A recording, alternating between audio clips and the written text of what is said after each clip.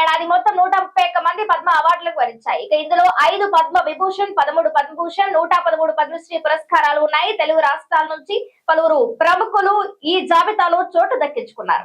ఆంధ్రప్రదేశ్ నుంచి రాజేంద్ర ప్రసాద్, మురళీమోహన్ తో పాటు మరణానంతరం గరిమెళ్ల బాలకృష్ణ ప్రసాద్, వెంపటి కుటుంబ శాస్త్రీలకు పద్మశ్రీ దక్కింది. తెలంగాణ నుంచి చంద్రమౌళి గడ్డమనుగు, దీపికారెడ్డి, గూడూరు వెంకట్రావు సహా పలువురు ఈ గౌరవాన్ని అందుకున్నారు. పద్మ పురస్కారాల్లో తెలుగు కీర్తి వికసించింది. 113 పద్మశ్రీ అవార్డులలో 11 మంది తెలుగు వారికి అవార్డులు దక్కాయి. కేంద్ర ప్రభుత్వం పద్మ పురస్కారాలు ప్రకటించగా ఇందులో 5గురికి పద్మ విభూషణ్, 13 మందికి పద్మభూషణ్ అవార్డులు ఇచ్చింది. ఇందులో తెలుగు యాక్టర్లు మురళీమోహన్, రాజేంద్ర ప్రసాద్ లకు పద్మశ్రీ అవార్డు దక్కాయి. 5గురికి పద్మ విభూషణ్ అవార్డులు దక్కాయి. ఇందులో మరణానంతరం బాలీవుడ్ యాక్టర్ ధర్మేంద్ర, కేరళకు చెందిన అచ్యుతానందన్ కు పద్మభూషణ్ అవార్డులు దక్కాయి. ఇక ఉత్తరప్రదేశ్ కు చెందిన ఎన్ రాజన్, కేరళకు చెందిన కేటీ థామస్, సాహితీవేత్త పి నారాయణ్ ను పద్మ విభూషణ్ అవార్డులతో సత్కరించింది కేంద్రం.